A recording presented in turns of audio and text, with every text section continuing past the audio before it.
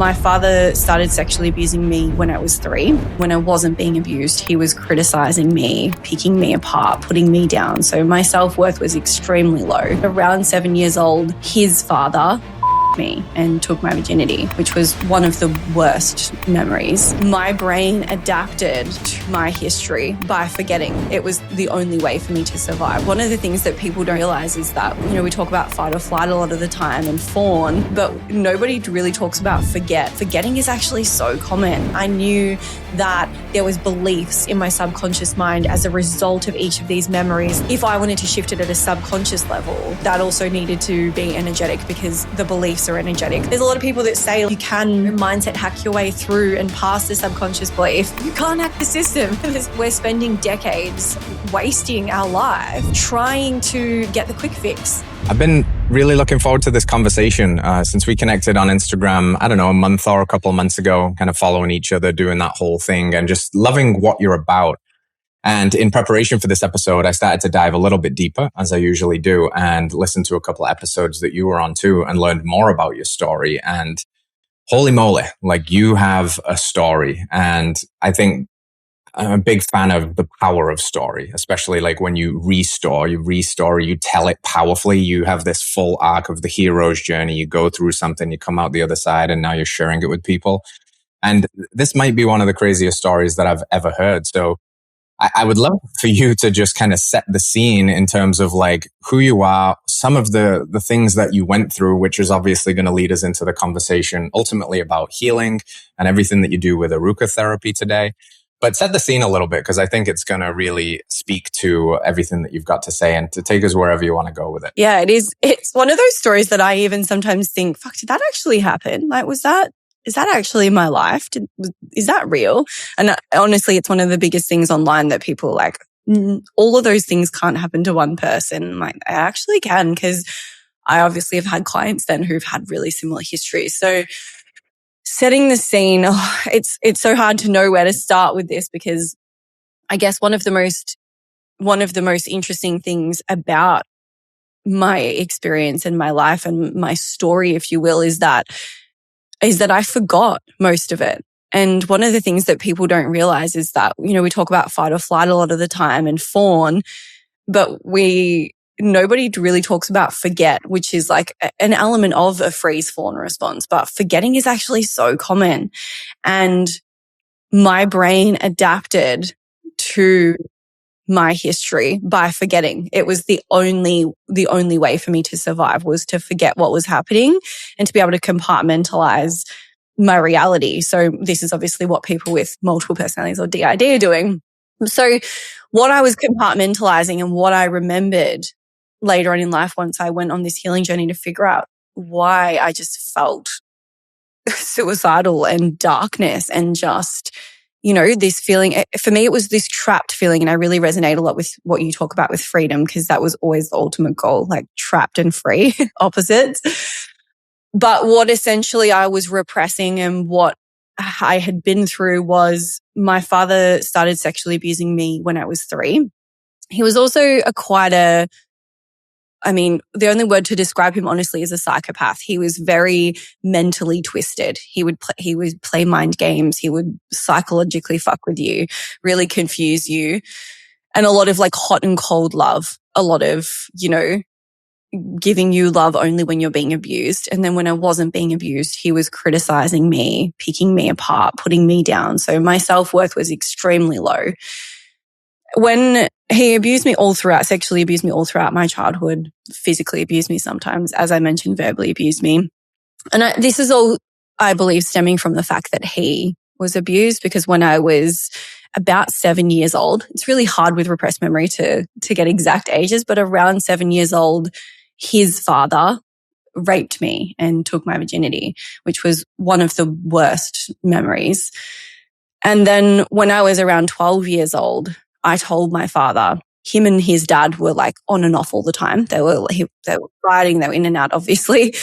But when I was about 12 years old, about to turn 13, I reckon, he was coming back into our life. And I was afraid. I didn't want him to come back into our life, my grandfather.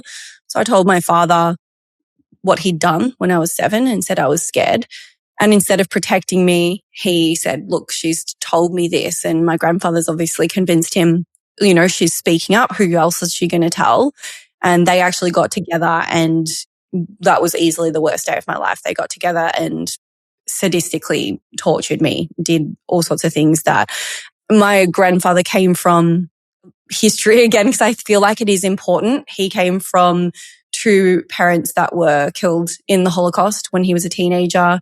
He was part of the Hungarian Revolution. So he's been through and seen some really messed up things. So for him, I guess that was the go-to. For anybody else, that's like, you know, quite intense. So from there, I kind of just went down this slippery slope of, the weird thing is that most people who know me didn't know anything about what I was going through. So there was death threats from 5 years old I remember my dad used to say to me, he would hold a pillow over my face at night and he would say, like, then take it off, let me breathe. So he would suffocate me and he would say, if you tell anybody, I'm going to bury you in the backyard. This is where I'll kill you. This is where I'll kill you and I'll bury you right here. So I knew from a really young age, and then with that torture, if I speak up, I'm dead. And so it was just not an option to speak up. But I have, unfortunately, I don't know what you believe in astrology and human design and all the things, but I have this personality that's like, oh, I've got to say the thing.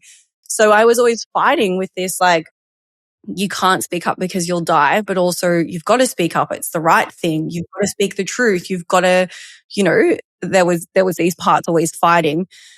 So when so that was teens, and it turned into, you know, once I eventually got a little bit older, it turned into seeking validation from teenage boys, which didn't turn out too well, turned into 20s, partying, and just, I didn't know. It's only when I look back that I realized, you know, I had body dysmorphia. I thought that I was the most disgusting, fat, ugly thing in the world. And I was this skinny, beautiful little thing. And I just hated myself. I hated life. And I didn't know that life wasn't so hard for everybody else.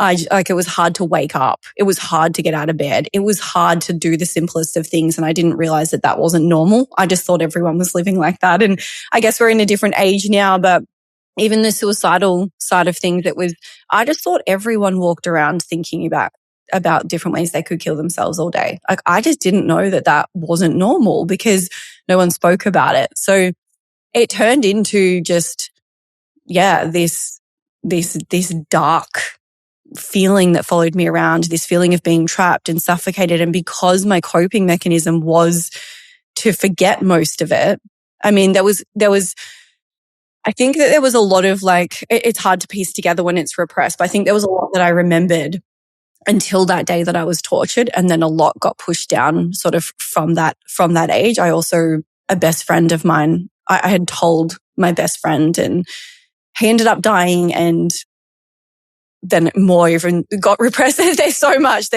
trauma. But yeah, I went on to, in my teenage years as well, my father raped me, I think, which I've spoken about on other podcasts as well, because that was another layer when I was a bit older, because I knew what was happening. It kind of stopped around 12, 13 after that torture day. And then there was, 6 or so years where nothing happened. And then that night was like quite horrific as well, because I knew what was happening and I knew that there was nothing I could do. And so it's quite an intense story. There's a lot of, there was a lot that I guess happened off the back of that as well. So abusive relationships, toxic relationships, what I believed that I deserved, and just this further fueling of low self-worth with boyfriends that were awful. And I guess the blessing that came out of everything is my kids.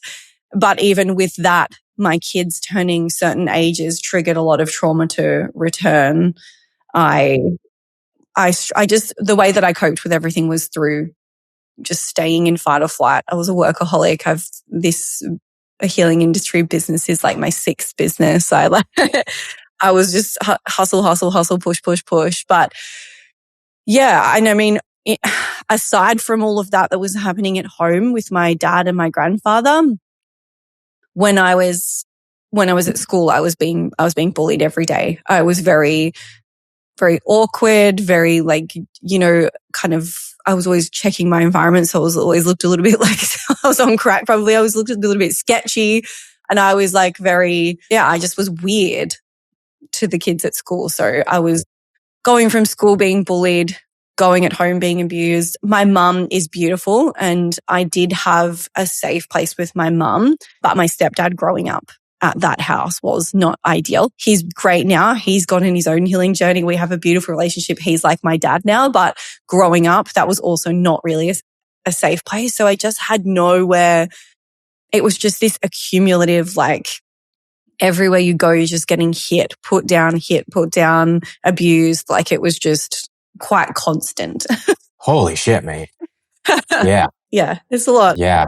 It is. And it's so, I can't even comprehend, the sheer weight of all of that. And I know it's taken, I'm guessing, a long bit, to try and piece it all together and to try and heal through. And it's probably ongoing if I had to imagine too, because the world keeps meeting you and probably picking at old scabs that maybe feel complete or ones that you've forgotten again. How fascinating, how wonderful in one respect that your brain can do something as seemingly crazy as basically say, hey, we can't hold the weight of all of this. So we're basically going to create a trapdoor in the mind where it just goes and we can't even think about it. We can't see it. It reforms these memories. I'm really curious about where those actually go, though. This idea that maybe the issues are in the tissues, right? It's not actually gone anywhere. So it's not anywhere, no. Gone anywhere, no. Where was the first big crack in your therapy journey, like your awakening to healing? Where was the straw that broke the camel's back where you was like, okay, now I'm actually realizing that something is desperately wrong? And where do you turn when you have that, when it's so heavy and there's so many pieces to the puzzle? Where did you turn first, and how did that serve you? There wasn't anywhere to turn, which is exactly why I created what I created, because I was on Google and I was on, Reddit, and I was on all of these different forums. Like, how the fuck do you hear from this? Like, is there anyone out there that I can use as like an expander or an example who can give me the roadmap to like how you actually get through this and you heal it fully? And it was just dead ends. There was nobody that said, yeah, you can live a normal life. Actually, you can live an exceptional life. You can live, a beautiful life. It just didn't exist. So I guess I started healing when I was like 19 or 20 was my first introduction. So I think I was actually 20, and I had remembered something small. And this is the thing, your brain only gives you little bits at a time. It only gives you what you can handle. It's very clever like that, and also frustrating. But I had this memory, and it was like a small memory of like my mum and stepdad, and I had a big reaction to it and said to my mum, like, I don't ever want to see you again, as a teenager. And my mum was like, I'll pay for you to go and have a healing session with this lady who does theta healing. I don't know if you've done any theta or heard of theta, but yeah, quite powerful. So I was very anti. I was like, oh, mum and her hippie shit. Like, she's so spiritual. Oh, like, as a teenager, I just was always like, she was always saying all these quotes from Buddha, and it was great because it was actually implanting. But at the time, you just rolled your eyes. And so she sent me to this healing session, and I remember I was so skeptical. I was so judgmental of the lady with all the crystals in her house. And when I came out 2 days later, I was hugging my stepdad, and I just felt nothing, like I'd forgiven him. I was, feeling closer with my mum. It had just shifted everything that we worked on in that session. And I was like, what is this? What did she just do? And I'm a very logical person. So when they're like, oh, it's energy and it's this and it's spiritual, I was like, no, there has to be a logical explanation to that. And that really set me into what I would now probably, looking back, I'm like, oh, that was like OCD. That became an obsession. It still is an obsession, but it's a good obsession. But I like went into this spiral of understanding. But it wasn't until that was 20. It wasn't until I was 30, 10 years later of doing so many different types of therapy, going through the layers of bullying and all the things that I was consciously aware of, that I'm like, oh, it's probably this. It's probably this. It's probably this. all those layers until I was 30. And then the big memories came. And it's so interesting because you know how you said like, it can't just be locked away. Like it's got to be there in some way. And it was there in everything that I said and did. Like I remember it's not funny at all. I laugh because it's like super inappropriate, but I remember my stepsister said to me the other week, she's like, do you remember when I was talking to you about intrusive thoughts before you had all your memories? And you were like, oh, everyone has those. I have like flashes and intrusive thoughts of like my dad's penis all the time. And she was like, it wasn't normal, but I didn't know it wasn't normal because you have no clue. So when I say that, what's that? I just said, right. Yeah. You didn't like, know. I did. You don't know what you don't know. And you think everybody's having this experience until you start to share it. And it's like, oh no, this is not everybody's experience of the world. No. And so it was when I remembered, this is like the most complicated bit, but when I remembered, it was like I was remembering what I already knew. It's not like you remember something that and you question, oh, is that real? Is that not? Like there's an element of that because it's so whoa, but it's also like, I remember this. And I'd also had a lot of flashbacks. So I'd developed a coping mechanism where I would be, throughout my whole life, I'd be like washing the dishes, kids are playing, and all of a sudden I'd have these flashes of these horrific things. And I would be able to compartmentalize and I would blink really hard multiple times. And somehow the blinking allowed me to push it down and to keep it away from me consciously really registering what's happening in this flashback. And then I'd be in fight or flight, but I'd go about the rest of my day and I'd go to sleep and wake up and it would be gone. But that would happen. The closer I got to 30 and to remembering, it was happening more and more frequently. But I still was very like, I still had my dad in my life. I was still like quite delusional about what was happening because my brain had learned so powerfully to go, you don't look at that.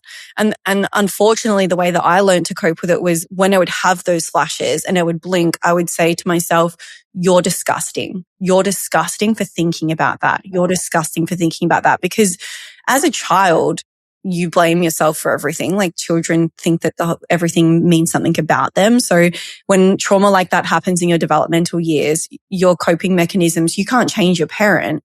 You can't change the caregiver. You can't change your environment. The only thing you can do is find a way to cope with it within yourself. So for me, self-blame was a saving grace. Like self-blame got me through.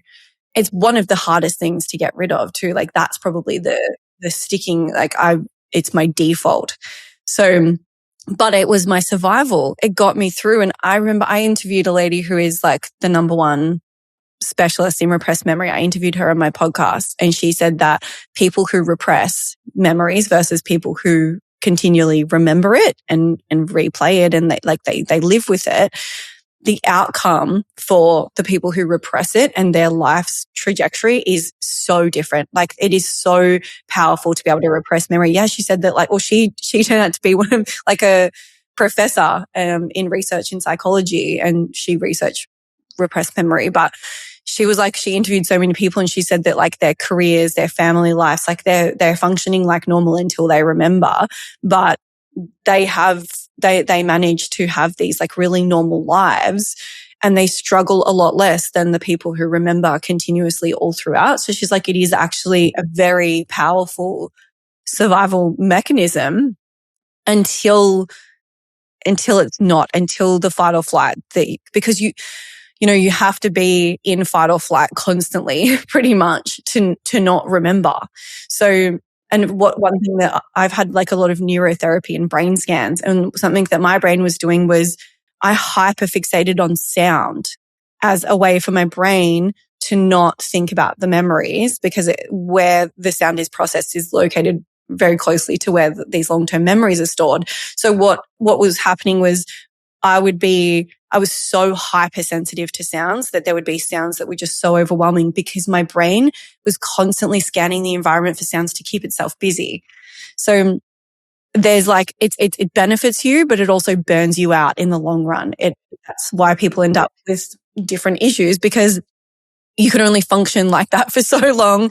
And the energy that it takes to forget something that big and to push those flashes and memories down, you just wake up exhausted. There's so many signs there of it, and I can see it now in people, but it's one of those things that you just have no clue it's there until it's there. And so I was 30 when these memories, and they all sort of, not all of them, they came back over time, but a lot of them came back in one hit. My boys were 4 and 2, and I just healed myself from Lyme disease, which now I'm kind of like, at the time I was like Lyme disease, and now I'm like, was that like my nervous system just fully breaking down because it was coming and coming and coming? Because as I was getting sicker, I was having more flashbacks. And so and then I did this like huge fasting protocol, which did heal, but off the back of this huge fasting protocol, all of these memories came forward. And whether my body had space, capacity, I always say to people, the more safe that I feel in life, the worse the memories are that come back. And it's the more safety that you create, the more your brain is like, oh, you've got capacity to deal with this now, and you've got capacity to deal with this. So it's like got to the point where I was like, I don't want to create any more safety. I don't want any more. Oh, good, thanks. I'll have a little bit of fight or flight.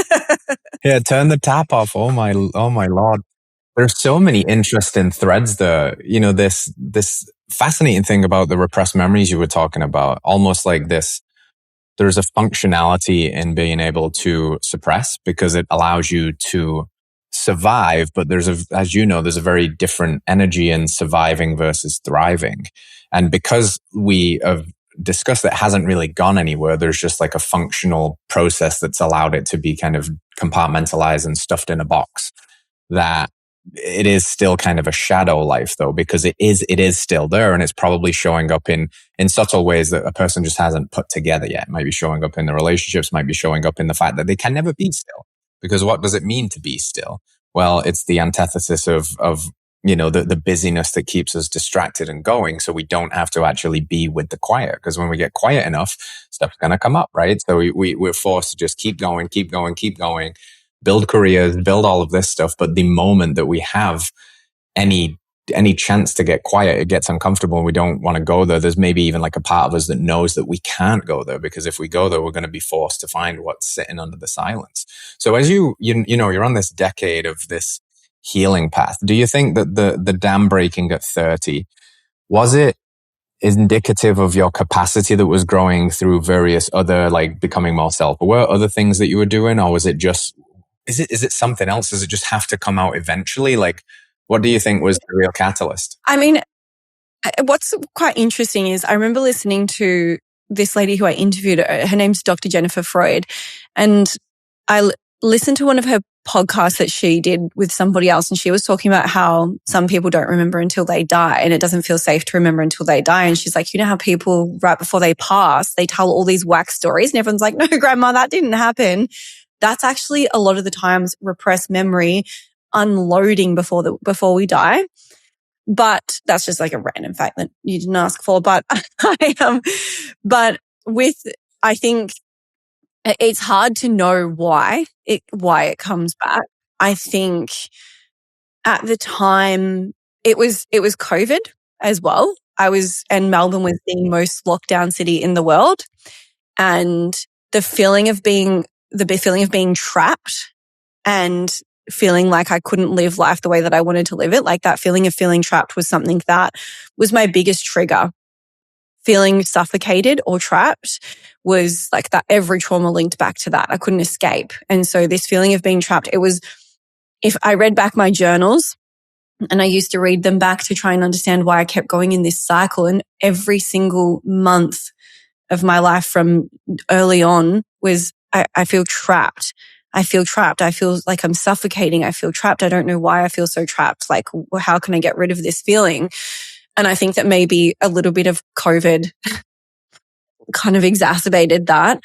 At the same time, I had been doing 10 years of work. I'd been uncovering the layers. I'd been helping and healing other people. I'd been, I'd just done this huge fast, which, that mind-body connection, like I was a clear channel. I'd done a 70-day protocol of like raw foods, juice, and then a 12-day water fast. So I was like, pretty clear channel.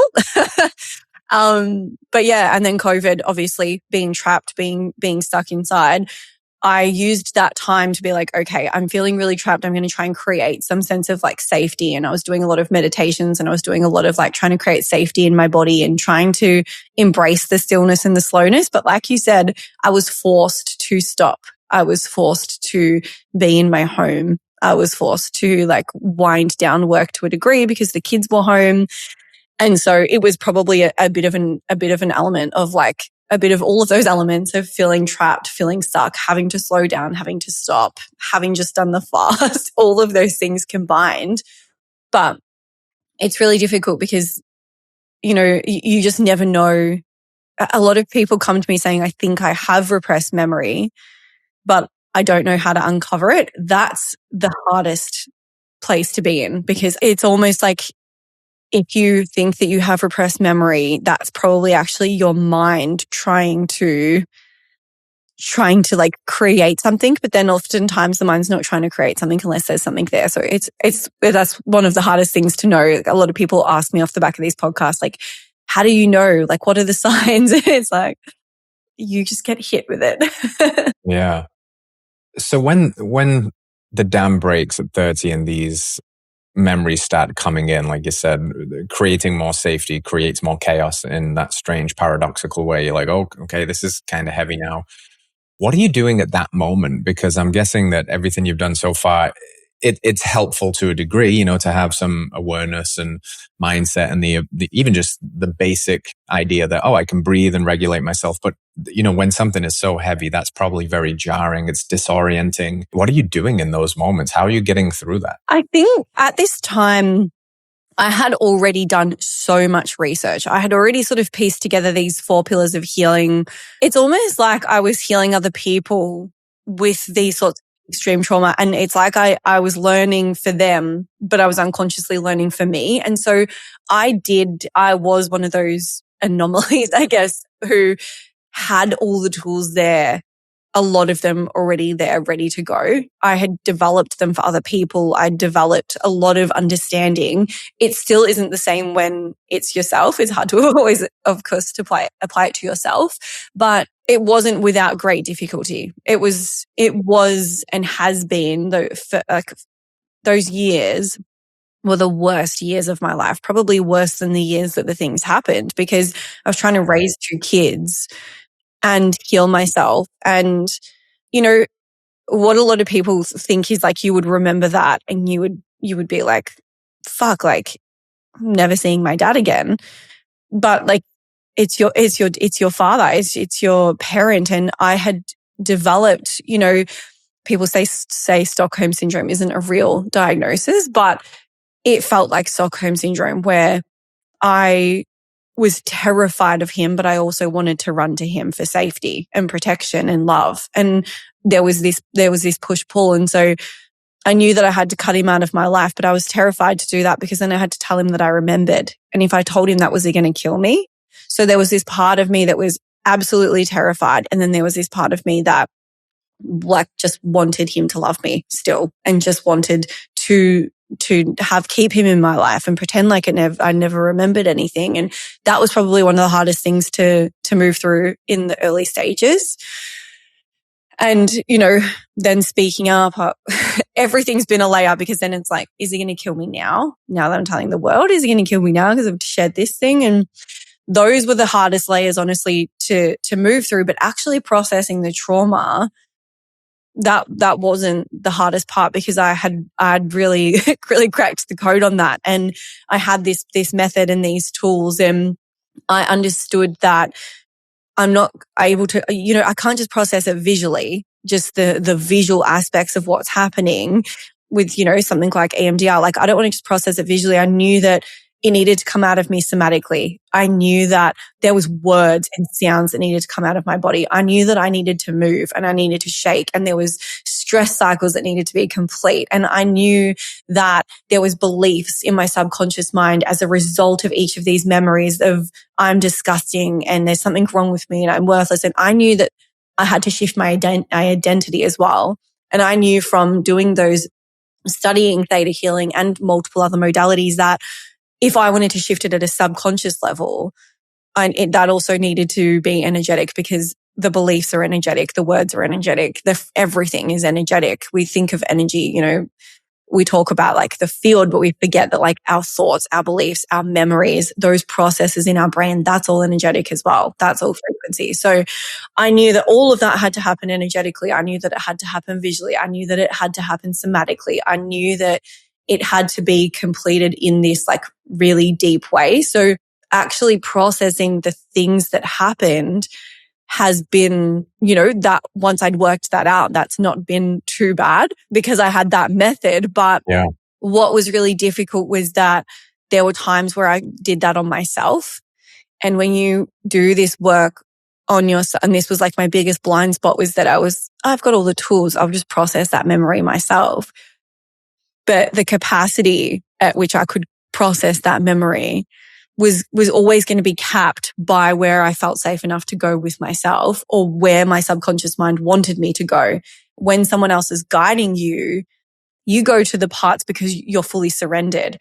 And so I was processing things, but there were some memories that I was processing where I was only really scraping the surface. So they did come back up in a really, really big way. And I then had to be brave and vulnerable and go to one of my own students and get them, because that was that was a big ego block for me. It was like, I've taught all of these people. I don't want to go to someone who's not an Aaruka therapist. I want to go to someone who knows how to do all of this. I can't do it myself, but I don't want to go to one of my students because I'm the teacher. So I had to like get over myself and book a session. And that was honestly one of the best things I ever did, because we went and cleaned up all the ones that I'd tried to do myself. But I had enough awareness to know that if I wanted to actually heal, I had to do it at all of those levels, and that I was going to waste my time going between all of these different practitioners trying to heal it. And it really is that effective, that when you do it in that way, when you process the memory visually, when you speak, when you process it somatically, when you complete the stress cycle, you regulate the nervous system, and you do the subconscious beliefs, change the identity, and you do all of that energetically as well, it just is like, that's done now. It's a whole different thing. It's a whole different thing. Like, yeah, I can't describe it. To me, it's like this. What you're talking about here with what you've created with Aruka, there's no better term that I can come up with in the moment than like holistic therapy. It's how I think about health. Like some people are just personal trainers, and it's great. They can be amazing personal trainers, but you can't just do personal training and not focus on the food. And you can't just do the personal training and the food and not focus on the mind. If you really want something to be profound and transformative, it has to be holistic. And that same logic, I think, has to be applied to these therapeutic modalities too. The reason I have so many people reach out to me where therapy failed me, quote unquote, is because they were only doing one branch of it. It was only the talk therapy. And that was helpful until it wasn't. And now it was just like, what are we doing? Now we're just like talking about these things, but nothing is changing.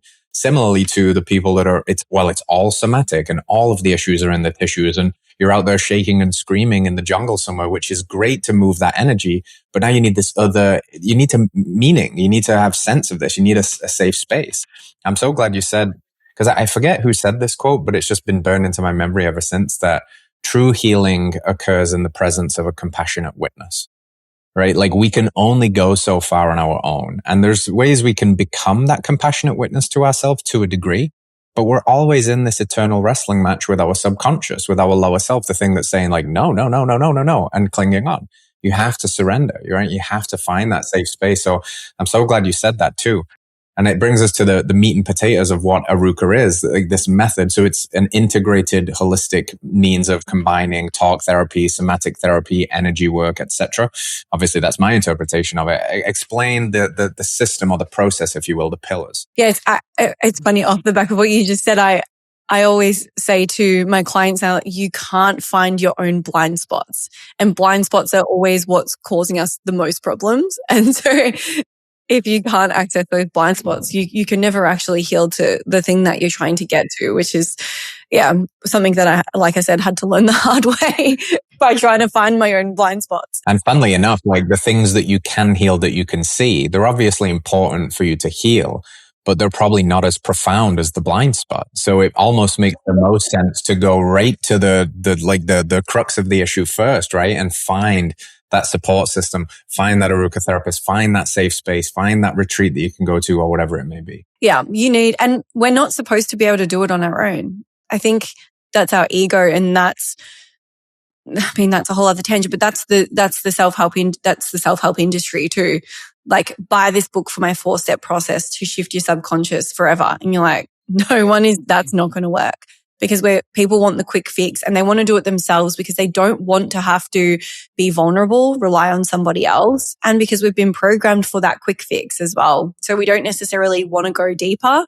We just want there was a study that it was like 85% of people would rather short-term relief from a mental health issue than do something for a couple of months that would give them long-term and complete the cycle. It was like 85% of people. So I think, and that's very true. Most people would rather take that short. And that comes back to people want to learn these tools and these methods to fix themselves, not realizing that we're supposed to live in community. We are wired for connection, and we need to be able to rely on other people. Every traditional, if you go back through history, you would know, and the same thing, there's always a healer, there's always a shaman, there's always someone in the community that is there to help people through the things that they can't hold themselves, that compassionate witness, that person who is the guide, but who also helps them to get to the root cause. They've always existed.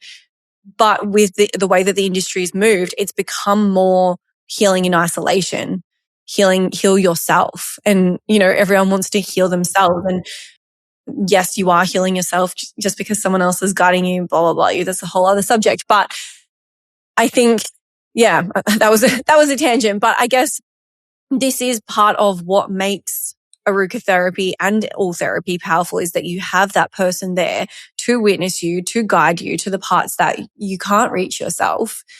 So the actual method and the way that Aruka works is everything is done in the subconscious. So we have about 10 minutes in the beginning where we have like a general chit chat, and we're kind of understanding, what did you come here for? Do you even know what you came here for? Sometimes people book and they're like, I just don't know. I'm just not good.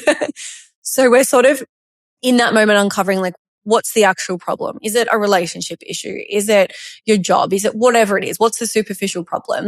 And we're getting an understanding of what they're suffering with. And I always say to people, we go into one of the most controversial things that I personally do is I always say to people, we're going into the biggest thing first, because the biggest thing, the worst thing that ever happened to you, is having the most impact on your life. And we can fuck around doing all the small stuff and you can have a little shift, or I can show you today how it actually works. We can do the big thing, and I can show you how we can complete that in the one session. We can show you how that can become something of the past, and then we'll go back and clean up all the little things.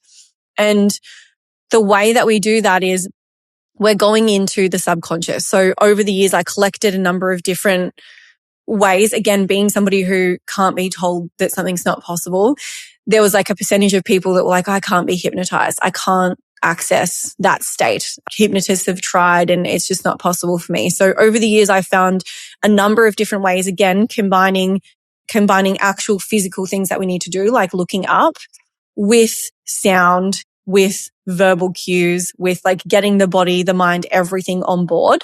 We're taking them into a deep theta brainwave first. So we're always working in the subconscious mind. So any somatics that we're doing, any memory processing that we're doing, any belief work, it's all in the subconscious. So that's the first step is taking them in, making sure that they're going in, looking for their body cues to see that they've gone into a theta state. And then we're starting to uncover, if they know what the big trauma is, we go straight into working on it. If they don't, we're starting to uncover, okay, they've got relationship issues. What's their biggest trigger? How does that make them feel? We're understanding, okay, where does this come from? And we're always trying to find the root cause of where this thing started. And for most people, this comes back to a memory. For some people who don't have access to memories, we're working with the part of themselves. So that's more of a visual process where they're visualizing that part. But we're always trying to, and ironically, a lot of the time, if they can't access a memory and we access a part, we talk to the part and the part actually shows them the memory that was there. So it does always lead back to a moment. So one of the most important things that we're doing is we're not just finding the subconscious belief. I know in theta healing and in a lot of other modalities, it's like find the subconscious belief, shift the subconscious belief. The step further is that, yes, we need to uncover what the subconscious belief is and all of the narratives, not just that belief, but all of the narratives and the sub-beliefs that support it. Because you can have a belief, a core belief, a deep core belief of I'm alone, but you can also have other little beliefs of like, I'm isolated and people aren't safe and it's not safe to love and all of these other little beliefs that support that core belief. So we have to be shifting, identifying those as we're going through the layers with our client. And we shift those at the end, but we're always looking for what's the memory where these beliefs are created. What are the memories? Because if you just shift the subconscious beliefs, but you don't process the memory, then your brain still has evidence that it's true and it doesn't fully shift. So, and this is why people, then they end up, they feel better and they're like, oh yeah, I don't feel alone. I feel like that belief is gone and I'm not thinking that I'm alone, but I still feel this like deep heaviness inside myself. And I still feel, because they haven't somatically released anything. They haven't spoken any words. They've just visually processed something. So when we're going back and we're finding that memory, what we're doing is a combination of visualizing. We're also speaking out loud because the power of words is that's a whole subject in itself. A lot of people will go default into having a conversation with an inner child or with, somebody in their life that they want to say, fuck you, I hate you for what you did to me. They're doing it all in their head. When we speak those words out loud, that's the power of talk therapy, is that we say the things out loud that we're holding in. But if you do that with passion and with emotion, paired with visuals, with your eyes closed in a theta brainwave, somatically, like in your subconscious, it's like a whole different situation because you're bringing your body into it. You're bringing your body online. People will shake and when they're speaking and they're standing up to somebody and, there's 50 different techniques. There's so many different things that you can do in each memory to allow it to process. But one that really stands out is like people who have experienced this trauma where they were like trapped or they were like, they couldn't escape and they're shaking and we're taking them back into the memory and we're saying, tell this person out loud, step back. And we're saying to them, step into that version of yourself. And we're often, if it's a child, we're bringing in the adult self. So like reparenting, bringing in the adult self, but the adult self is like, stop, get off her, step back. And we're saying that out loud and they're seeing that in their mind and they're shaking and their body's going back into it. And they're actually able to like push their hands and get off me and get out. And they're actually re-experiencing it when they're doing that. And sometimes, people get so overwhelmed by that we can do things visually where like I call it the shrink ray gun. And I know that there's other modalities that have similar things where I'm like, if they're frozen and they go back into that freeze response, I'm like, imagine that you're grabbing out this little gun and it's like a shrink ray, like Honey, I Shrunk the Kids, and you're going to like point it at them and shrink them down really small so that they're no longer overwhelming and now say what you want to say and now grab them and throw them in the bin or step on them or whatever you want to do. And they take back their power somatically by like they're grabbing them and they're throwing them in the bin, and by speaking up, by allowing themselves to say the things they couldn't say, they're visualizing it and they're doing all of that in the subconscious, that when they come out of it, they know it's not real, but it feels like it's real. It feels like that actually happened. And that's what allows the brain to stop looping it, to stop, replaying it, because it feels complete, because the body's come online, the body's been able to complete the stress response. And we'll say to them, like, lean into that, like really shake, really, release it. And if they're like, I feel angry, I'm like, grab your pillow, or just, if no one's around, just scream. If you feel angry, just scream, say, fuck you, like get it out. Because the more that you tell yourself you shouldn't do that and you hold it in, it just creates so many issues in your life. It's nothing worse than a held in scream. But we're encouraging them to release in that way as well. And then as we go into that memory, we often find the power of them doing it out loud is that a lot of the time they'll say things like, you made me feel pathetic or worthless, or you terrified me, or whatever it is that they're saying to this person. We're writing those down because those are beliefs that were also created in that moment.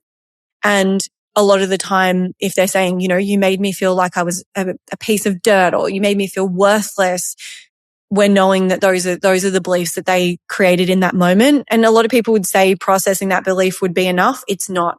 Those subconscious beliefs still stay there unless you actually properly identify them and shift them. So once we've gone through and we've either worked with parts, or we've worked with memories, and we've done some forgiveness techniques or cutting of cords or whatever it is, once we've done like this body of work, we move through into and we process the beliefs at the end. And the reason we do this is that we let go of all of the limiting negative beliefs that have come through as a result, or protective beliefs, as I call them, because they protect you. They're negative and limiting is the result, but they're actually protective. They were there to protect you.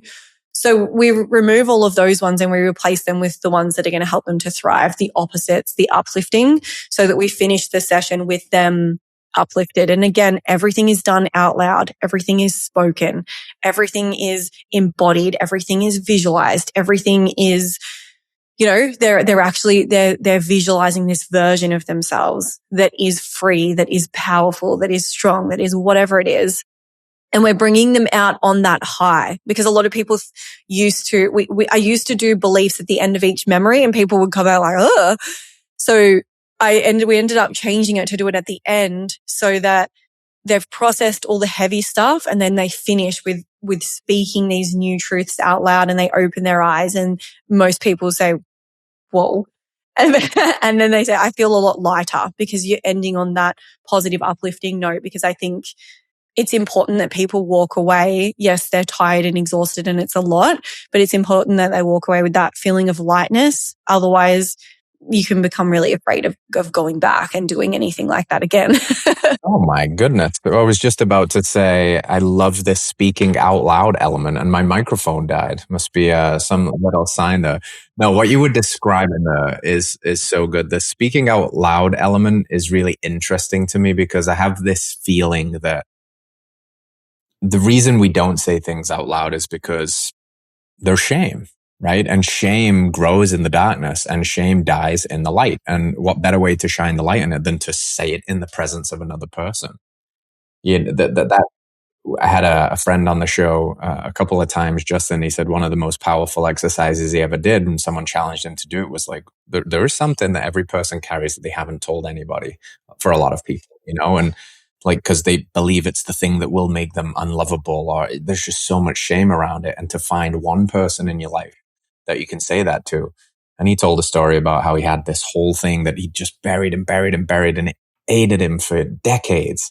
And, he was in a loving partnership with this new woman that he wanted to become his wife and his partner for life. And he was like, I've got to do it with this woman. I've got to tell her. And, he chewed himself up in knots for weeks getting the courage to do this. And then he did it. And she just was like, that's okay. And she just held him, and he was like, oh my God, it's like my world didn't collapse. Like that shame that he was carrying died the moment it found that compassionate witness again. So that element is incredible. It's hard though too. A lot of people resist it. You find a lot of people, oh, can I just do it in my head? And it is one of those elements that I'm like, unfortunately, if you want this to be as powerful as possible, it does. And we even sometimes work on the resistance. What's the resistance to saying it out loud? Oh, I'm embarrassed.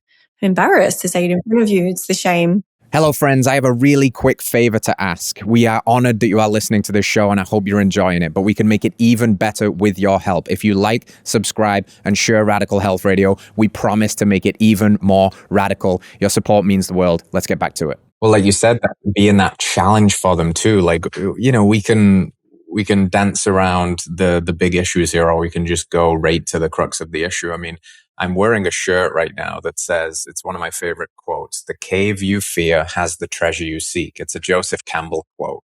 Basically, the thing that is really scary for you to do is the most valuable thing that you could do, because that fear. If you're healing. There we go. Look at that. We've got some healers in here. That's awesome. I'll give you a healing. Sorry to interrupt you. No, that's great. I got to get that shirt. Fear is your compass. And sometimes that's exactly why you need another person too that says, like, you can do this. You know, you can do this. Whatever you think it is, however big, however dark you think it is, like, we're just going to hold you through it, you know? But that, you also said another thing that I think I'm piecing together through my own journey and speaking to other people too. The importance of going back in and reworking the memory. You used the word a couple of times because it allows you to complete it. And I think that's what's happening, right? Like, people didn't get to complete that memory because it happened to them a long time ago. They didn't have the understanding. They hadn't thought about it in the moment. It was usually very jarring. Then they think about it thereafter, but they never get the full chance to complete it. So it's always trying to relive or show up in strange ways in the life as an attempt to try and like bring some closure to it. But because we're not doing that in that place of safety, and we're not doing that with the right guides and the right support, that it never quite gets done. And that's why we have these patterns show up in our lives that can exist for decades. Or in the case you mentioned earlier, like, we just carry kind of invisibly in our subconscious until we feel safe enough only at the moment of death. Like, and I think it's probably a good idea to try and get ahead of that where possible and do it safely and, you know, rework that so you can complete it. And then the last thing you said, and I'd love your thoughts on this. It was something that was said to me after a plant medicine ceremony, which has been, you know, one of the teachers that can show you things that you otherwise weren't aware of, right? But my teacher said, the ceremony begins when the ceremony ends. And he said it the day after we'd all sat, you know, and he was like, you know, you just had all of these feelings and emotions and memories perhaps, but now the real work begins. And that's kind of sounds like what you were saying with the beliefs. You know, we work with the memory, we complete it, we work on these beliefs, we reinstall new ones, we think, but then the person has to leave your office, they have to leave the car, they have to go live in life, and life is going to be, they're entering back into life different, their perspective is different, but all of the same places, the situations, the triggers are all going to be there. Now they get to prove it to themselves that they can continue to do this by reworking this stuff every single day. So it's a process, right? It's not just like a spontaneous, you have one session and you're healed forever. It's the catalyst that can begin it. But it's a lifelong journey, no? Yeah. I just said this to someone yesterday. There's the person who just wants relief from suffering. And then there's the person who wants to be the best version of themselves. And how long you're on the journey depends on which one of those you are. Some people just want to come and they want, and we can create that. Like, we can do 2 sessions going into all of the biggest traumas and create that relief. But yes, there's going to be little after effects or little tentacles that have gone into other areas of life. I think it's interesting. The plant medicine, I've always said, and I have done a lot of content around this where I talk about the plant medicine shows you. And there's a lot of things that show you, even breath work, like, yes, breath, especially that, you know, really intense, like conscious connected breathing or holotropic breath, like it shows you, it uncovers, it unearths. And yes, there's a somatic release involved, but it does not reprogram your identity. It does not change anything at a subconscious level. It's not complete. And it's difficult because you do show up. I often say to people, you can be really skeptical about this work and it will still work for you, because we're changing it at such a deep level that if you really fought against it, you could go back to old patterns, but a lot of the time it does actually break the patterns. So I find that after I've had sessions or after clients have had sessions, they're just automatically, as a result of completing it and as a result of shifting it at a subconscious level, I'm thinking differently. I'm not, my partner said something and it didn't trigger me. So it's actually removing the triggers. There's some people that are still triggered when they're around certain people and they come to me and they're like, oh, you know, my mum really triggered me because she said this. And I'm like, that's not a trigger. That's just fucking rude. Like, you're just continuing to surround yourself with somebody who is going to constantly trigger you. And now the work becomes, do I want to evolve into the person who, like, if you're going to step into the person who no longer tolerates that, you're probably going to lose that person from your life. So a lot of people stop like right there and they're like, oh, I've done a lot of work. I feel better. I feel really good, but I don't want to become too powerful or too outspoken or too worthy because then I won't tolerate the way that my partner treats me, the way that whatever, because we're afraid of that loss. So a lot of people do get sort of capped at that point. But I think that it actually is quite profound in the ways that it can actually shift those patterns quite instantly within a few days to a week. And you find yourself just going, I don't do that anymore. Where's that gone? I'm not triggered by that. That's completely resolved. But I think it like paired with something like a plant medicine. So the plant medicine shows you and you have these emotions and you have these experiences, but it doesn't change the identity level and it doesn't actually, a lot of times, fully process the memory. So it might show you, and I've had people that have come back from plant medicine and they've been shown these things that were locked away. And it's great sometimes, you know, psychedelics especially are, you know, there's a lot of evidence, you know what, I think it was the 60s, like after the 60s, maybe it was like early 80s, 90s when they got banned because there was this, you know, hysteria where people were coming in and they were saying, I took these drugs and then I've remembered these awful things. And they were saying that people are remembering all of these false things that didn't really happen. Yeah.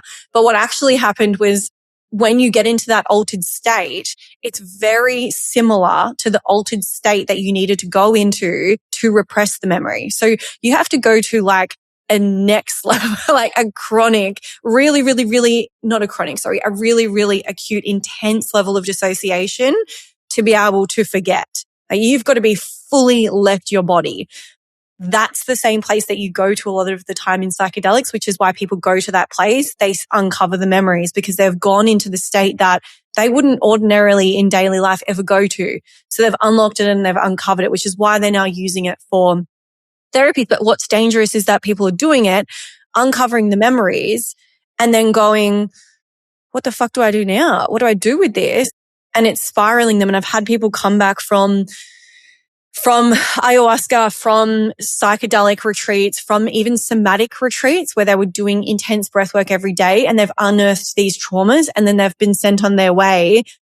Aruka is what completes that. Aruka is what finishes that. Like sometimes you need to unearth it in some way, but this is what completes it. It's what actually allows you to go, all right, what did you unearth? And how has that created your reality? How has that shaped your personality and you know, the way that you see the world and your perception? And what patterns has that created? And, you know, we actually go back in and we rewire and reprocess and process all of that.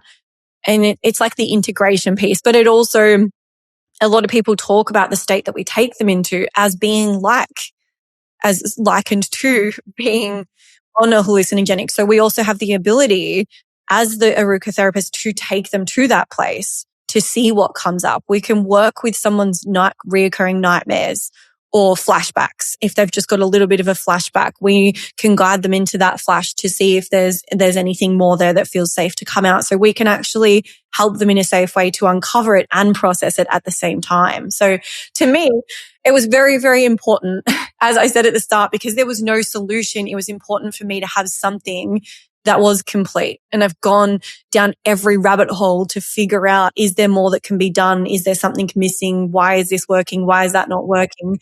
To try and create something that can meet them wherever they're at. If they're highly self-aware, completely new, uncovered memories, have no memories, whatever it is, we can pivot to be able to meet them, to use all of these different 4 pillars, which is the subconscious, the somatics and the nervous system, the memory processing and the energetics, to meet them where they're at and to get to where we need to get to. It's such an incredibly important point because it is what's missing from not just plant medicine, but even just, weekend warriors that will go and drop into a random breathwork class, because these experiences take you to the place where you can be given your homework, let's call it. You can taste the memory or whatever it is. But then it's usually like, it's just lip service to, oh, now the integration is really important. Off you go on your merry way. But there's actually then you're just leaving it to the person to hopefully do that. And some people will, and some people do, but many people don't. And these either then become the chronic, like chase the, oh, I've been on 50 ayahuasca retreats or I'm doing breath work every weekend. And it's like, well, if it was working, you wouldn't be doing it so often, right? Because when you get that lesson, the goal now is the integration. But I think what's lacking for so many people is sufficient guides in that realm, so they become dependent on the teacher, and the teacher might be a person, a breathwork instructor, or a plant, but it's not complete. And only some integration can be done on your own. Integration, we talk about integration as like a solo thing. Like, okay, now you go and integrate. How the fuck are you supposed to integrate when your subconscious is still wired for protection? You didn't change your subconscious in any of those things. Like, you didn't actually shift any subconscious beliefs that are protecting you.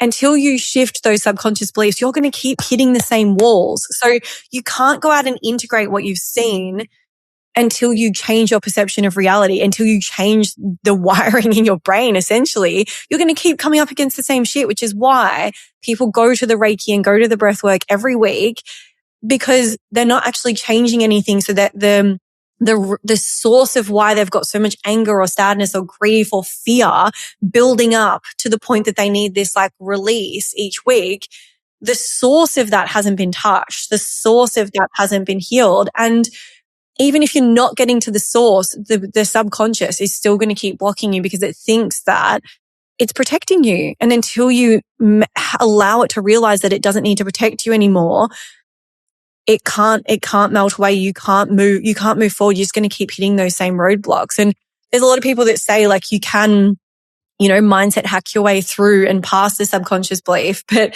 they're just a lot of the time unconscious to the fact that it's showing up over here now and it shows up in a different way. And so they think that they're like hacking the system, but you can't hack the system. It's like there's certain things that need to be done, and we're spending decades wasting our life trying to get the quick fix. Like the amount of people that have tried so many different quick fixes and short programs and things. And you're like, if you did it right for a couple of months, you'd be sweet. Like there's always going to be little layers, but you'd be pretty good if you just actually went in deep. But we're so afraid of that. We're afraid of our feelings. We are. We're afraid of going deep.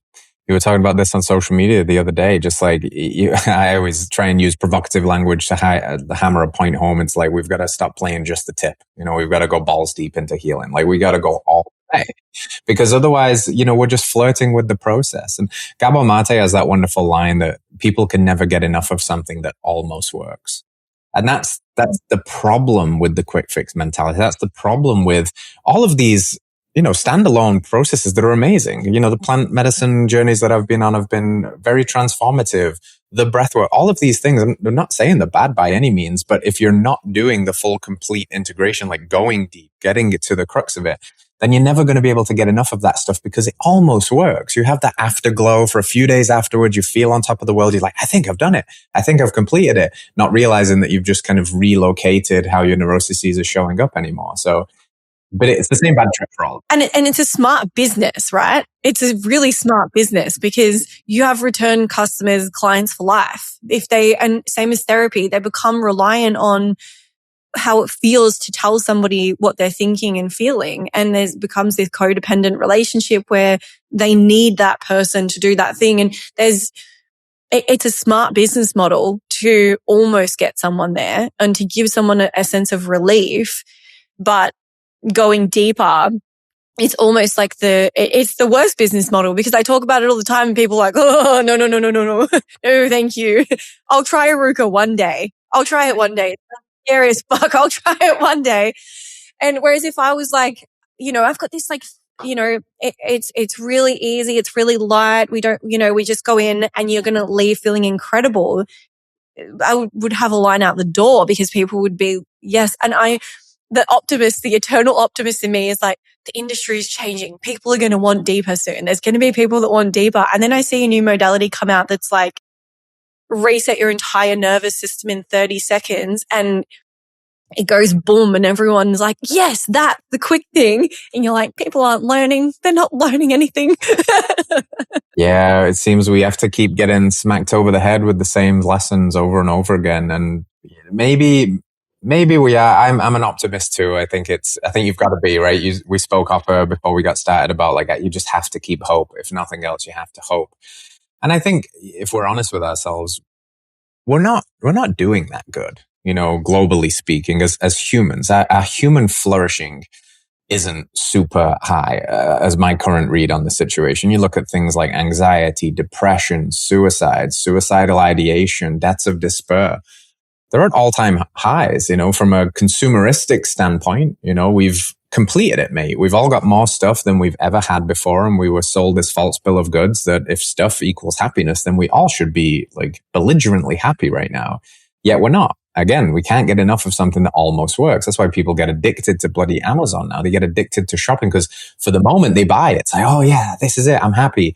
2 days later, they're like, oh no, I'm still the same bitch. I guess it's not that. Maybe I'll buy something else. No, we've got to go deeper. We've got to have, and one of the main reasons that I wanted to talk to you is because if there's not a testimony to deep, real healing being possible, then you and who you are on the other side of this, and now how you're helping other people, then there'll never be a better testimony to that. And I just hope that conversations like this encourage people to seriously give that the thought that it's worth, to really, that your life could radically be transformed. It could do a complete 180. You could be a completely different person to who you were 5 minutes ago if you're brave enough to get in with the right therapist, to book that retreat, like whatever it is, but just start. You must know that better than anybody else, having some parts of your darkest moments being, I'm sure, wanting to check out of life. You said, suicide versus like the life that you live now. What is the life that you live now? How do you feel? Oh, it's like, you just can't even, it's like chalk and cheese. Yeah. And it's been for me, like it's been in increments, obviously, because there was so much and to actually go through. Whereas a lot of my clients come for a couple and it's like, whoa, they're over here. But when you've had a lot of trauma, it does take a bit more time. But I'm getting married in like 20 something days in Bali. I found like beautiful, safe, loving man, like a relationship that I just used to dream about. I just could only ever, yeah. I was like, surely it exists. Surely there's, this relationship where, and what you said about your friend earlier, or the person you interviewed on the podcast, like, Gav to me is that person that I can say anything that I'm thinking or feeling or afraid of or darkest thoughts or the most shameful things. And he's just like, everyone, there's nothing wrong with you. You've been through a lot. Come here, give me a hug. Like, he is the most safe, loving, just beautiful man. And I think that came as a result of, I posted about this the other day, that came as a result of, I wrote a list after I was divorced of everything that I wanted in a relationship and the traits I wanted in a man and how I wanted to feel in that relationship. And then I looked at it and was like, where's the gaps in how I'm treating myself? Where's the gaps in who I am? If I'm saying that I want a man to be, I don't know, like interested in health and healthness, health and fitness. My brain is not working. That's funny. If I want them to be interested in that, or if I want an active lifestyle, how active am I being? If I want someone who's calm and regulated, how calm and regulated am I? And how much of this list do I meet? And that was like a really, I started working deeper, and that's how I talk about, you can go here or you can go here. And I wanted to be the best version of myself. I wanted the best relationship. I wanted a thriving business. I wanted a beautiful relationship with my children. And so I've been able to create a life now where I have complete freedom to live my life the way that I want to live, to be able to, I've been able to create a schedule where I can work out. I can go to Pilates. I can go for walks with my friends. I am there for every single school thing that happens with my kids. I'm at every sports day. I'm picking them up from school. I'm showing up. I'm present with them. I can put my business stuff down and be fully in with them. And that was another layer. But I have two beautiful boys that are 10 and 8. And I have just such a good, I see mums talking about like, school holidays and, the kids and I'm like, what? I'm dying for school holidays, and I've got an itinerary plan of all the activities we're going to do, and we're out doing bike rides, and I see glimmers everywhere. Like I'm smiling a lot of the time. People are like, what is she smiling at? I'm just like, you see that tree? Look at these birds. Oh my God, life. It's so beautiful. Like I feel I've got beautiful friendships. I have no drama in my life. My relationship with my mum and my brother and sister is beautiful. I'm abundant. Like I've got all the money that I need to be able to buy healthy organic food, which is one of my biggest priorities. I feel healthy. I used to have migraines twice a week and headaches nearly every single day. They're gone. I feel healthy. I feel well. I sleep well. I just have so much love around me, and I'm from that place. I'm getting to do what I want to do with my business. And I've really taken a lot of like the stress and the pressure out of like growing a business and growing to X amount of figures and everything that was kind of happening in the industry to like, I get to live the life that I want to live. And I'm just going to magnetize people into my world who really care about depth. And I don't want anyone else. I just want the people that go, this is it. And I just get to work with those people every day. And so I'm constantly having these beautiful conversations about healing and getting all of these messages from people across the world. I saw an Aaruka therapist in Ireland, and she's incredible. And I found out that you created it, and thank you for creating it. And I'm just sitting here like, what is this? Yeah, you did that. It was hard. Yeah, I can't even begin to imagine how hard that was. It's really remarkable. It's inspirational. I use the word magnet there, like this law of magnetism that what you put out now, what you radiate is coming back to you. And that's a choice. And I would find it would be so easy to hear somebody go through everything that you went through and just, shrink and just become a shell. And basically, as the other person from the outside looking in, be like, yeah, how can you blame that person for, shrinking and letting life beat them down? Because it sounds inhumane to the point where most people couldn't survive it. Yet there are examples over and over and over again of people that somehow do. And you're one of them. And it's so remarkable. And that's something I wrestle with a lot. And because of the nature of the work you do, I'm sure you see it. Like there's a lot of shitty stuff that happens to people, a lot of really harmful stuff, like perpetrated against them by the people that are supposed to keep them safe. Like that's as heavy and as dark as it gets.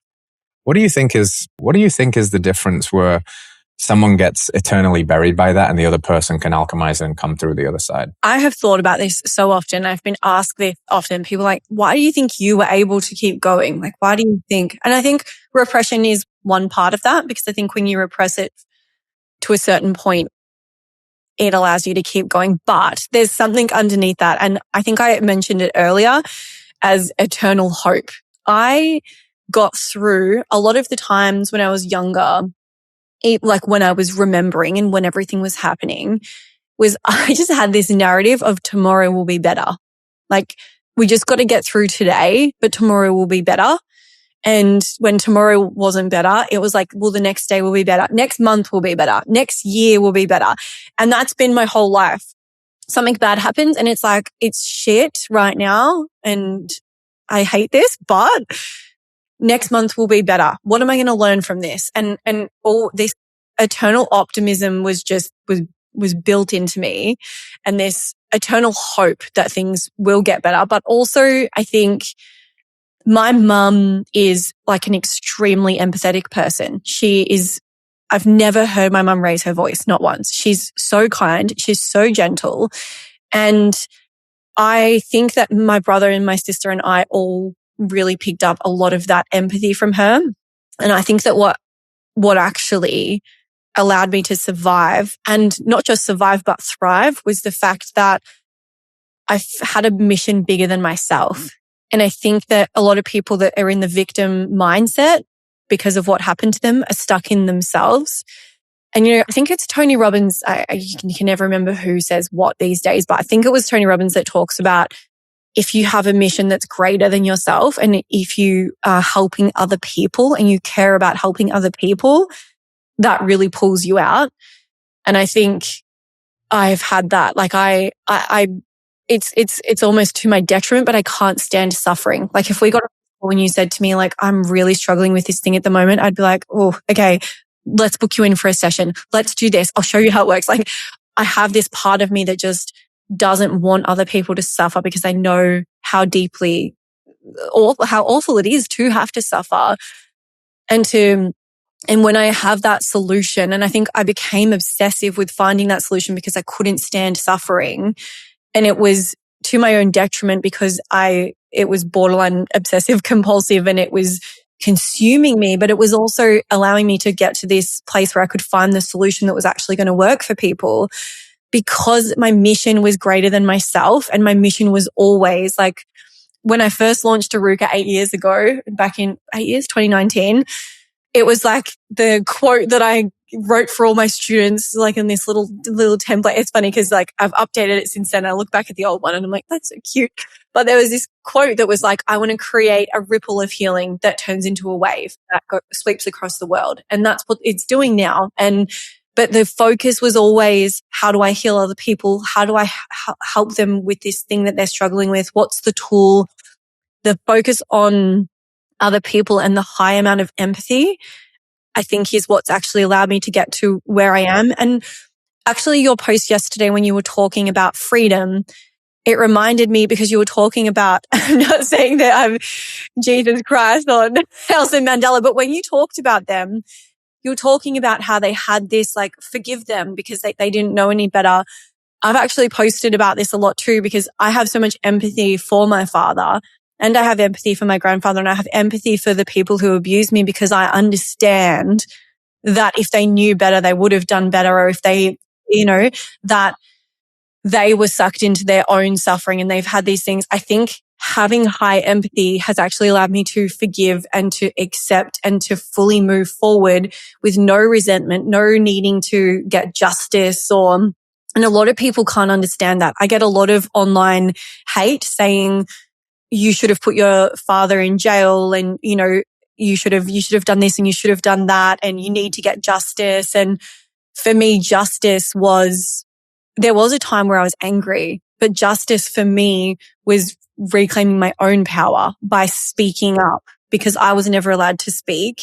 I would be killed if I spoke. So for me, power was speaking. And for me, the ultimate power and the ultimate freedom was to take all of the bad and make it into something good. And again, that comes back to, I think, my mum's good nature and my mum's empathy. And she was always trying to help people. And I picked that up and I just wanted to help people. And I think long way of saying getting outside of yourself and focusing on other people and helping other people is what gets you through. Like I was 19 or 20 years old when I was volunteering as like a big sister. I had like a big sister, little sister, that this girl that I was trying to help. And I was always doing fundraisers and raising monies for different charities that people hadn't heard of. Like I always wanted to help people. So I think that is probably one of the biggest determining factors. And it's hard to get outside of yourself and into that if it doesn't come naturally. But I think you can conjure it up as well, because I think we all do have a part of us that cares for other people. It's very full circle to hear you reflect on, the forgiveness of, maybe forgiveness isn't the right word, but this acceptance of knowing and some compassion for your father and maybe even your grandfather, because we've got this trope that hurt people hurt people. And I think about this a lot because it makes sense that unconscious hurt people, but healed hurt people heal people. And I think your father, your grandfather, they've clearly got a line of trauma that is echoing until it reached the fucking brick wall that is Jessica that said no more. And it just so happens to be that you had to go through this incredibly tumultuous storm to be the person that was a hurt person that now heals people. Like you said, I can't help but want to help people because I know how bad that feels, because a conscious alchemization of her means that I know how hard that was and I'm going to save people. I'm going to help do my best to stop people feeling that. An unconscious version of her is because I'm hurting, I hurt you too, because that's what they do. So it's just incredibly full circle, you know, to see that and to be able to hold that. And I think forgiveness at the end of the day doesn't have anything to do with another person anyway. It's an act of self-love. Because if you just hold them as a little prisoner in your head and you want all of this redemption or punishment or whatever it is, like you're in that jail cell with them as well. And that's a very, very high form of evolution and alchemy and maturity and love and compassion and all of the things that are good in the world to be able to hold that space. So well done, friend. Thank you. I think you have to, it's one of those things that you have to go through, and people either get stuck in the anger or they bypass it and they're like, no, I forgive them. But they don't, because they haven't actually gone. And forgiving him looked like hating him for a while, and doing therapy where I was like, fuck you for this, and I hate you, and why did you do this, and you ruined my life, and being in the victim and getting all the anger out, and then understanding and moving into acceptance, and then getting eventually to forgiveness, where I would love nothing more than for my father to go to therapy and to one day come to me and say, yep, everything that was completely fucked up and blah, blah, blah, and I'm going to heal and I'm going to change. And, you know, but I don't think that's his path, to be honest. I think he's a bit too far gone, but there's no anger and there's no resentment. And a lot of people who are still hurting from what happened can't understand that. And it is really hard. And I do empathize with them, because it's like someone standing here saying, oh, you know, you need to forgive in order to heal. It can feel really impossible. But yeah, it does. It goes in stages, but you can get there. And it is ultimately for me to be able to live my life like free of everything that happened. I would love it in the last little bit of this conversation, because I just would love to get your thoughts on this. We've been dancing around this kind of like victim to victor archetype here. Like, how do you go through something and not be buried by it, come out the other side? And I've wrestled with, you know, just trying to make sense of what life is, you know, like what is this existence that we're having? And did we choose it? You hear, so, and there are a lot of things that have resonated for me. Like, you know, you're a soul and you chose this incarnation, you chose this time, you chose these parents and stuff. And sometimes that rings so true. And I'm like, yeah, that feels right. And then I hear stories like yours and I'm like, why would anybody choose that? And then sometimes I, you know, talk about the victim consciousness and I know what I'm trying to say, and I know that I hope that it's empowering. And then again, like stories like yours, I'm like, wow, how could somebody not be a victim? You know, how do you wrestle with all of this? I think, it's tough. It's tough when you know, I think about astrology, and I think about, you know, what the planets were doing when you were born. And then I think about your soul. And then I even think about, like, you know, you think about generational trauma. And then we learn about what's been passed down from generation to generation, and how that actually gets passed down, and like that stacking effect. And then I think about it, you know, when I'm suffering with something, I'm like, is this mine, or is this my grandfather's, or is this my soul's, or is this my past life, or is this my, you know, you can go so, like, it can really blow your mind. I just honestly, sometimes I wonder, you know, this is like super random, but the other day I was saying to my mum, if you can go to a psychic medium who can give you messages from someone who's passed, right? And some of those are so scary accurate that you're like, okay, grandpa, whatever person, grandma is still there. And why, if our human existence doesn't like mean anything, you know, people are like, we're just here to be human, but really, if it doesn't really mean anything, and when we pass over, we become unconditional love, we become part of the light, part of the field. Why is their soul then still around us? Why would we be tied to the humans? Why would these people past be tied to us as a human?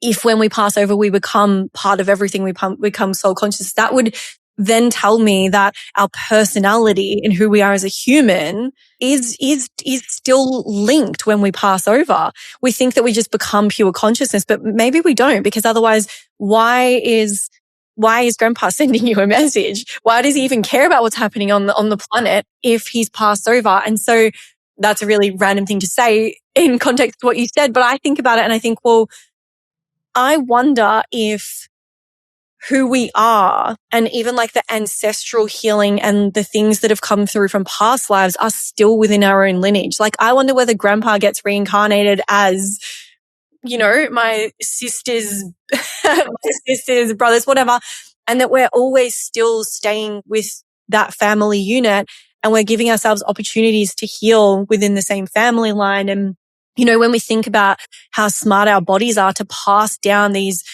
genetic, the imprints of trauma, and, they've tested it on mice going back 60 generations, I think it was.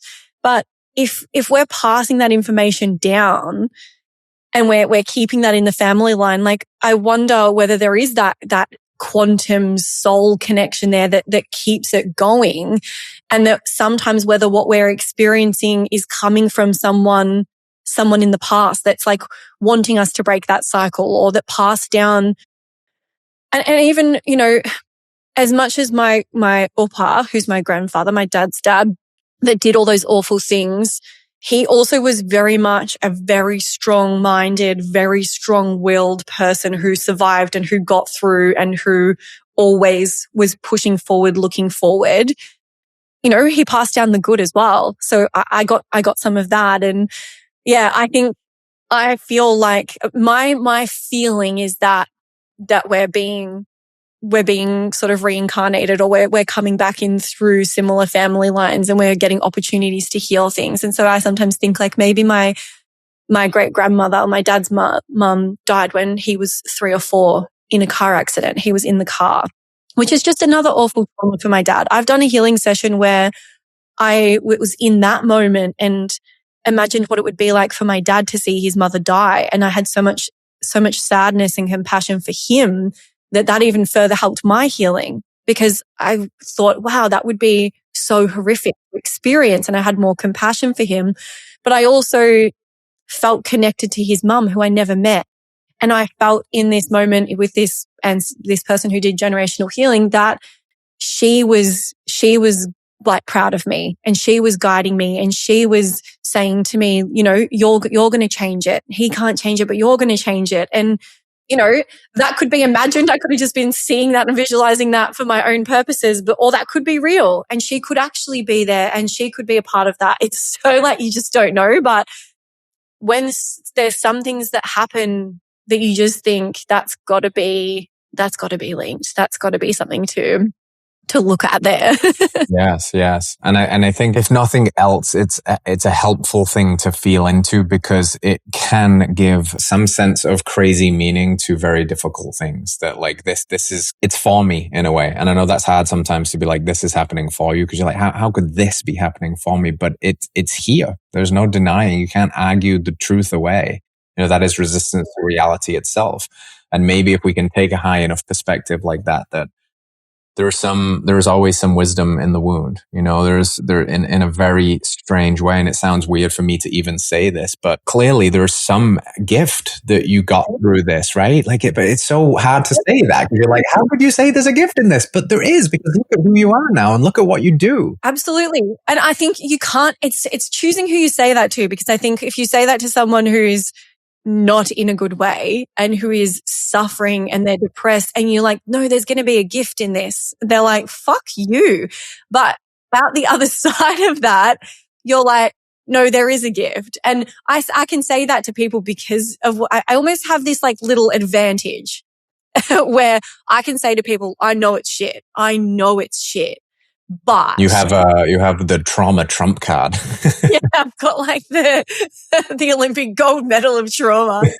But it's one of the, I hate, like people used to like write their traumas and be like, oh, that's nothing, I've been through this. And I'm like, sorry, but I don't compete in the trauma Olympics. But you do have this advantage where people say like, what would you know? Like people come to my page sometimes without knowing any history, and I've pinned something to the top to try and avoid that. But I'll be a video of me being like, after so much trauma, I found true love. And someone's like, oh, what's your trauma? Someone didn't make your coffee hot enough, or like, people just say things.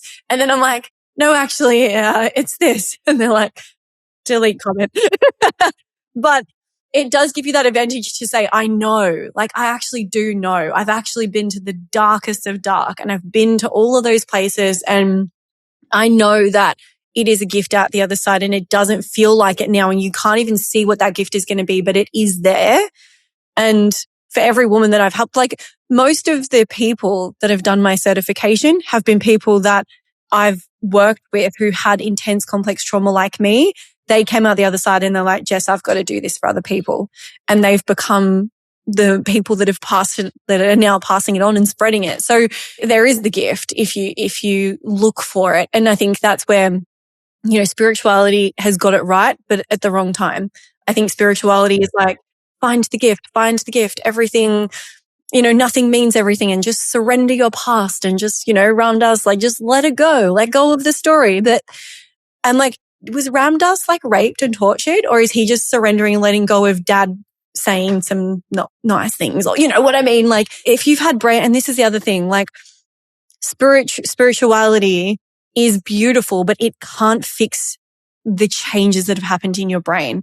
It's not going to change, the nervous system state that you're stuck in. Yes, meditation's great, but as soon as you go back out into daily life, those patterns are there, that conditioning is there, and trauma does change, especially in those formative years, the way that your brain functions. Like I've had neurotherapy where I had little things connected to with like mild like electrical currents to like try and change, because parts of my brain that were supposed to be firing and wiring were completely shut down, and parts that were supposed to be shut down were firing and wiring. So there's actual physical things that are happening here that spirituality can't bypass. And people say, everything's energy, but I'm yet to find an energy healer that can actually go to that level with that level of complex trauma to actually reprogram things in that way.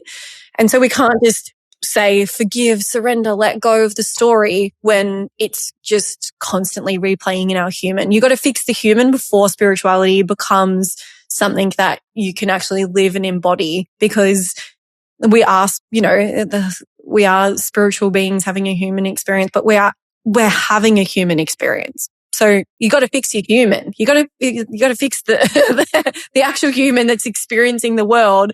Otherwise, you'll be meditating and you'll have all of these, downloads and these beautiful experiences. And then you go to dinner and then you're triggered, or you go back to your job and like, you're just still you. Like you said, I'm still this bitch. I'm still this bitch. Well, I absolutely adore how you are helping fix humans, because it's so needed. It's so needed. And I am very bullish on what Aruka is doing and what you are doing. And like you said, you wanted to create a ripple, and it's turning into a wave. And I hope I can fan some of that, and let's see it be a tidal wave. Like let's have a tidal wave of healing. We've got so much negativity, and let's spread some love. Let's spread some positivity. And I think you're doing a wonderful job, and just such an inspirational, bright example of what's possible with the work. So thank you very much, Jessica. It's been a pleasure. I would love for you to tell people where they can go to keep up with your offerings and learn more. Thank you. And thank you for having me. I knew it was going to be a good chat. Social media is probably the best place. It's Aaruka Therapy by Jessica Ella. I just changed it. I'm trying to remember. And then my website's jessicaella.com.au. That's where they can find the one-on-one therapy. So I should say I don't practice very often myself at the moment because I'm teaching, but I have people on my website. There's 4 women who have taken all of my past clients and that are spreading it on. But there's also, like I said, there's 150 people across the world. We've got programs set up now for people who, for my students who are qualifying who need to practice. We've got a program where people who don't have any money for healing can put themselves onto this list, and then they get access to being practiced on, and they're getting incredible results. So yeah. And then, so just linking up people that are suffering. So even people that are like, I could never afford that, there's an option for a free session there with someone who's practicing. And then there's other therapists who are like, there's just so many options there for people to access this, whether it's free or cheaper, or they're going through the clinic with, those ones that are doing it full time that are really, really good at it. There is those options there. Amazing. Thank you so much, Jessica. If you're listening and there's just an ounce of you that's curious about this, please click on those links. Please go check it out, because I really do think that your life could be totally radically transformed after something like this. It's incredible. So I appreciate you again, and we'll make sure we get all of that stuff in the show notes. But thank you, and go enjoy a lovely day down under.